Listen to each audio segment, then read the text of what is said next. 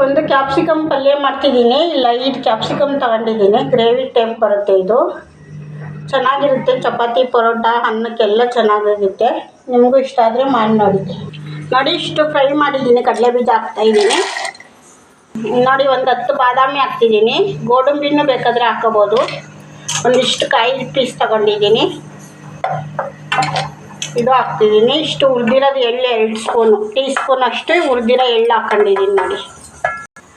ಇಷ್ಟು ನುಣ್ಣಗೆ ರುಬ್ಬೇಕಿದು ನೋಡಿ. ಈ ಥರ ಪೇಸ್ಟ್ ಮಾಡ್ಕೋಬೇಕು ನುಣ್ಣಗೆ ನೋಡಿ. ಒಂದು 3 ಸ್ಪೂನ್ ಅಷ್ಟು ಎಣ್ಣೆ ಹಾಕ್ತಾಯಿದ್ದೀನಿ ನೋಡಿ. ಸಾಸಿವೆ ಹಾಕ್ತಿದ್ದೀನಿ 1 ಸ್ಪೂನು. 1 ಸ್ಪೂನ್ ಜೀರಿಗೆ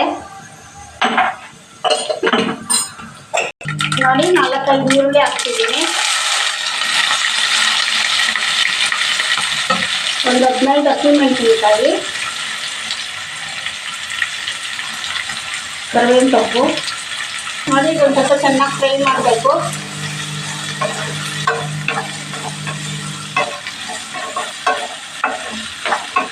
ನೋಡಿ. 1 ಸ್ಪೂನ್ ಶುಂಠಿ ಬೆಳ್ಳುಳ್ಳಿ ಪೇಸ್ಟು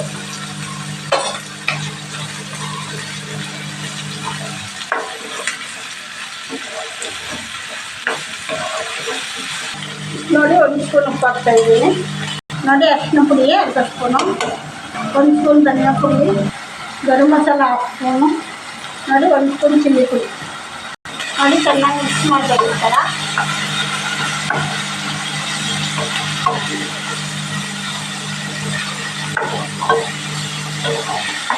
ನೋಡಿ. 3 ಟೊಮೆಟೊ ಹಾಕ್ತಿದ್ದೀನಿ. ಕ್ಯಾಪ್ಸಿಕಮ್ಮು 5 ಚೆನ್ನಾಗಿ ಫ್ರೈ ಆಗಬೇಕಿದು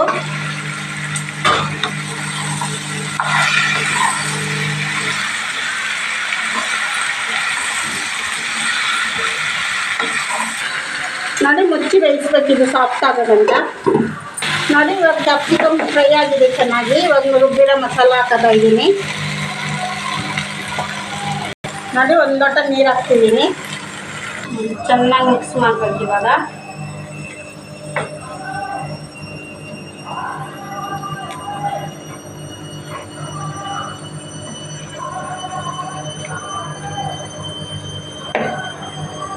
ನೋಡಿ. ಚೆನ್ನಾಗಿ ಮಿಕ್ಸ್ ಮಾಡಿ ಮುಚ್ಚಿ ಬೇಯಿಸ್ಬೇಕು. ಇವಾಗ ಕುದಿ ಬಂದಬೇಕು ಚೆನ್ನಾಗಿ ನೋಡಿ. ಇದು ರೆಡಿ ಆಗಿದೆ. ಕೊತ್ತಂಬರಿ ಹಾಕ್ತಿದ್ದೀನಿ